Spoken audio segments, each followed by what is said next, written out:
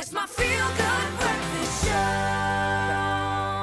From Darren Aronofsky comes The Whale, the story of a reclusive English teacher with severe obesity who tries to restore his relationship with his teenage daughter. It releases in cinemas tomorrow, but let's take a sneak peek. I know these rules can feel constraining, but remember, the point of this course is to learn how to write clearly and persuasively. Think about that. Think about the truth of your argument. You're an amazing person, Ellie. I couldn't ask for a more incredible daughter. Are you actually trying to parent me right now? Who would want me to be a part of their life? You don't stay in touch with Mom? She really only tells me things about you. Why? Because that's all I want to know about.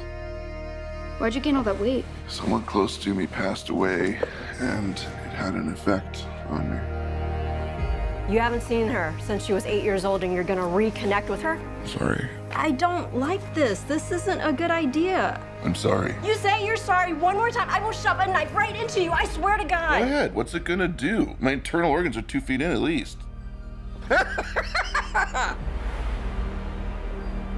Why do you suddenly need to see her so bad? Why now? Liz.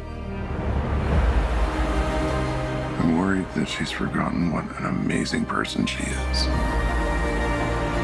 I need to know that she's gonna have a decent life where she cares about people and that she's gonna be okay. I need to know that I have done one thing right with my life.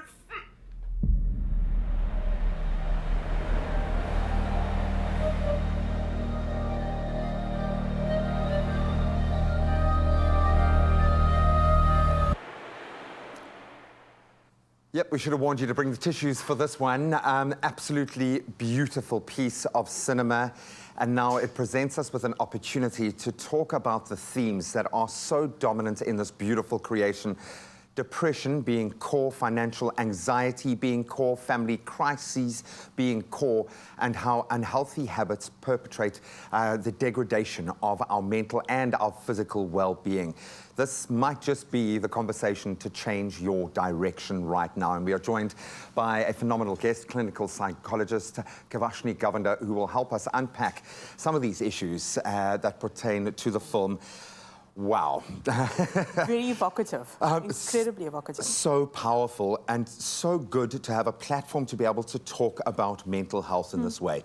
I'm going to play open cards. When I was separated from my kids last year for 4.5 months, I broke mentally. I had to piece it feels like I'm coming out of a dream, really, piecing my mind back together again. So I know how easily that can happen. It was just one switch got flicked. Yeah. What actually happens? Because we use depression as an adjective now. It's a condition, and it's so many people are suffering under that yoke right now, but it manifests physically. What is going on when we are depressed? Yeah. So commonly, depression is known as a mental illness. So we think of mental, we think it's all in the mind. In the brain. It's all in the mind. But depression actually shows up, and there's real changes in our body. And when we look at the symptoms of depression, we see that firstly, when we see, the movie The Whale, appetite's affected. We have an increase in appetite. Emotional we have a eating, decrease in appetite, so that's weight loss, weight gain. We stop sleeping. Our sleep's disrupted. That affects our body. We have digestive problems. You hear people often saying, I have a little bit of an upset stomach. I feel nauseous. I don't know why. And we often see this. People talk about, I've got this headache, or I've got this neck pain or back pain, and people are constantly stretching. So it shows up in the body in a big way, not just in the mind. It's also, research shows that depression contributes to the rise in stress hormones, which then increases our risk for disease. It compromises our immune system, which then means that it's harder for us to fight off those illnesses that we have. So huge impact on the body. Massive, holistically, yeah. Terrifying. I think one of the reasons that trailer for the film is so evocative is I think that a lot of us feel seen in it. There's something that we can relate to that experience of wanting to make an impact, or thinking things are too late. Especially with your kids. Yeah, especially when you've got kids. How do we know if we're watching something like this, if there are people at home, that we actually do in fact have depression or are depressed, or are we just moved by that trailer? Yeah, that's such an important question. So often when we get referrals, people will email or call us. 99.9% of the time they write that there's something wrong. So if you feel that there's something wrong, if you're feeling like you're feeling more down than usual, you're more tearful, he says, who would want me to be in their lives? A sense of worthlessness. People are right. If you feel there's something wrong, people are right. There's something probably is. I'd like to open up a little bit as well. Yeah. I've felt this way for many, many years throughout high school as well, and I never thought that there was a problem. And only recently, Jess, my wife, she was like, go through to a therapist. And since seeing that therapist, my whole life is completely transformed. It took me like over 10 years to get there. And I think if you've got medical aid, it's usually covered. Just take the steps to do it. It's worth it. Even if you don't have medical aid, there are free resources that you can lean on. The Depression and Anxiety Group, excuse me, absolutely phenomenal. So use those resources, but we're going to continue this conversation because it is only just getting started and you need to weigh in. So please hit us up on our social media platforms or drop us a voice note. It's my feel-good breakfast show. Good morning and welcome back to your Feel Good Breakfast Show. If you have just joined us, we've been discussing the themes in the acclaimed film The Whale that's releasing this Friday in cinemas. And we're joined by clinical psychologist Kuvashni Govender, who will help us unpack these issues. She's been helping us unpack them: depression, obesity, anxiety, impulsive behaviors, as they pertain in the film, of course. And if you have any of your thoughts or experiences to share, feel free to drop us a voice note now on 0863 408 8863. Please, especially if you are in the throes of this right now, we'd love to hear your perspective and possibly, hopefully, give you a couple of practical steps to help. Obviously, within the film, the link between depression and obesity is very clear. Since 1975, as I understand it, there has been a link between an increase in depression and a massive increase in obesity. What is that link? Yeah. So there's been lots of research around, we call it a bidirectional relationship, and that means that depression can lead to obesity, and obesity can lead to depression. And there's a significant risk of one leading to the other, and that risk is something like 55 to 58%. Wow. So that's a significant risk. So the link is definitely there. And then the awful thing is, because it's a snake eating its own tail, then it just keeps getting worse, and you can't break that cycle. Yeah. So if you're feeling low, a huge source of comfort is food, to reach for the chocolate, to reach for the dessert, and then that leads to. And the problem is then, if your parents are those kind of eaters, then you pick up those habits, and then you can find it generationally. You can be eating away your problems, these sorts of patterns. Often you only realize in retrospect, but that's heavy, Yeah, so another question that I have is that, like in the film, Charlie, the character, turns to religion for guidance, and I think a lot of people do that kind of thing as well, but then is pushed further into depression and binge eating when he is denigrated by that community for being homosexual. Is it true that members of the LGBT community often suffer worse depression by being discriminated against?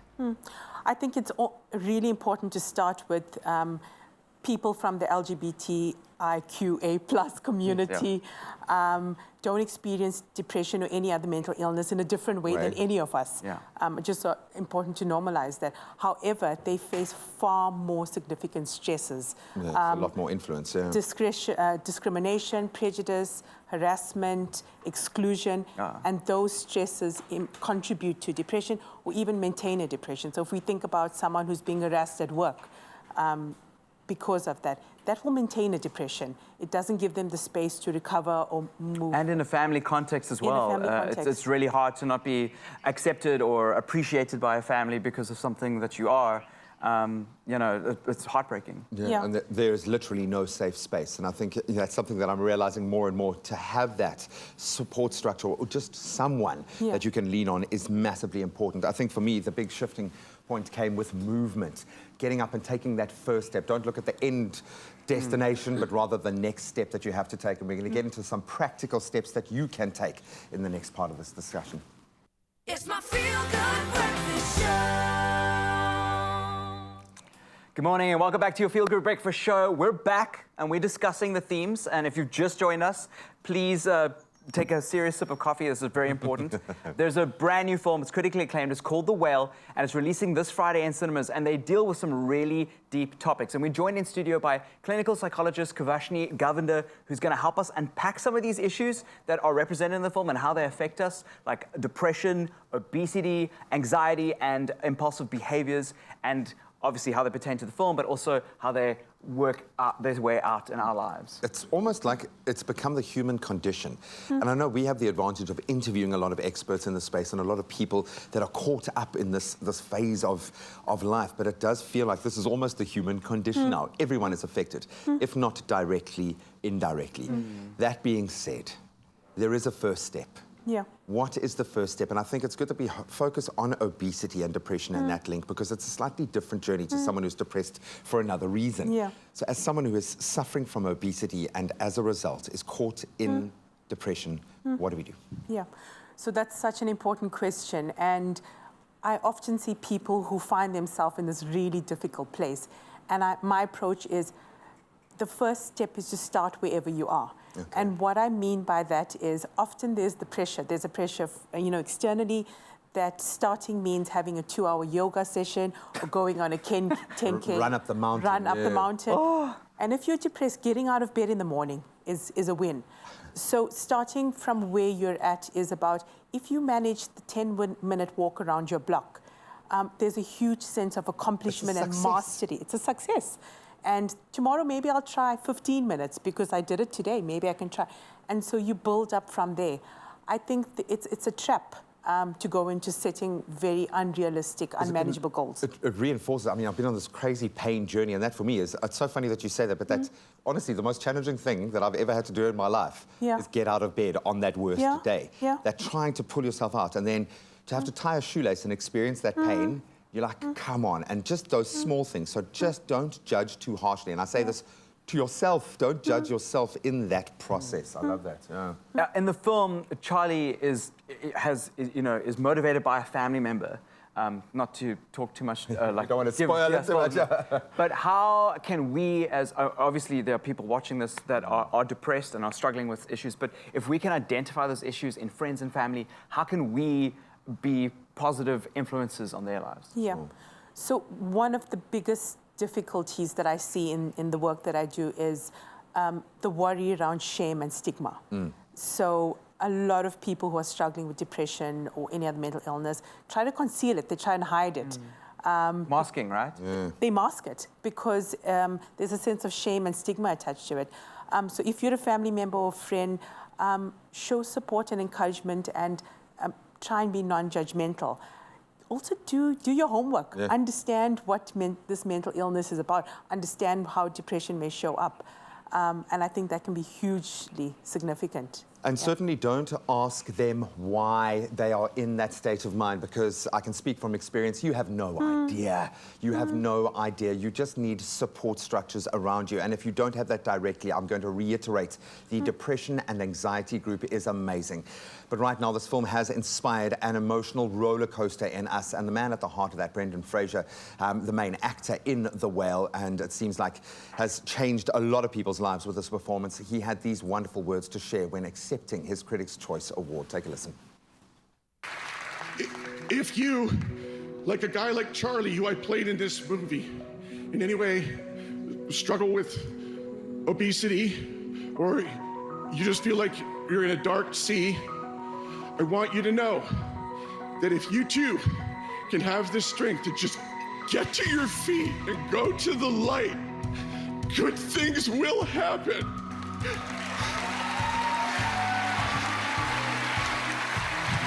Thank you. Good night. And that is living proof that good things can and will happen. Just take that first step today.